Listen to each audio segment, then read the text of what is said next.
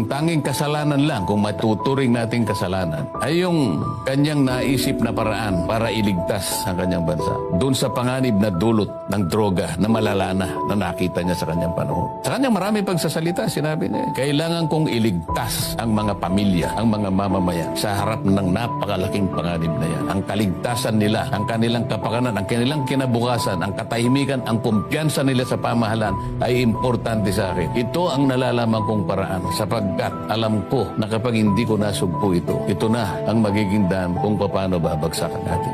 Yun ang kanyang pananaw ng panahon niya. Siya lamang ang merong karapatan na humusga ayon sa kanyang pagkakaintindi sa sitwasyon ng ating bansa. Wala tayong magagawa. Siya yung Pangulo. Yun ang patakaran na gusto niya. At sinasabi ko nga, wala naman tumutol. Wala naman nagdemanda sa kanya habang yung programa na yon ay sinakatuparan. Walang isa mang ahensya ng gobyerno ang tumutol. Ang totoo niyan, binigyan pa ng budget ng ating pamahalaan yung programa na yon. Sapagkat hindi pwedeng walang budget yun. Yung mga taong kakasangkapain mo, yung itatayo mong mga rehabilitation centers na kung saan yung maraming sumuko na gumagamit ng droga ay kinakailangang alagaan din. Libo-libong mga tao. Lahat, pati mga counselors, kinakailangan yan. Ginamit niya lahat yun. Yun ba ang sasabihin mong crime against humanity? Ang isang elemento ng crime against humanity ay yung paraan is a widespread attack to the civilian population. Katulad ng ginagawa halimbawa ng Russia. It's a direct and widespread attack against the civilian population of Ukraine. Kaya nga merong warrant of arrest si Vladimir Putin. Meron bang isang mamamayan ng Russia na sumunod sa Interpol para i-arrestuhin si Vladimir Putin? Ganon din, direct and widespread attack sa mamamayan ang ginawa ni Benjamin Netanyahu ng Israel. Meron ba kahit isang mamamayan ng Israel ang tumugon sa panawagan ng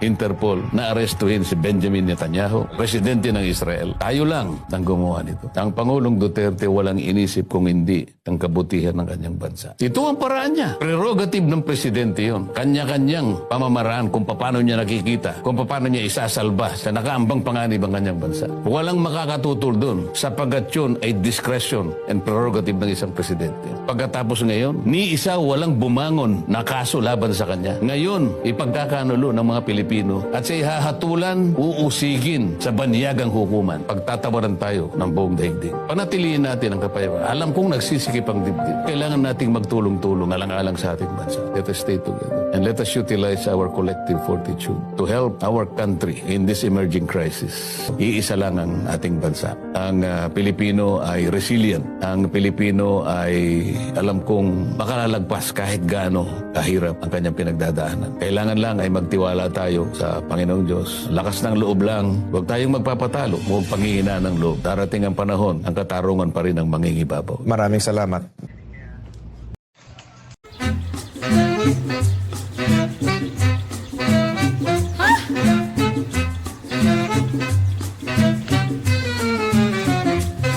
Bagong pambansang simangot,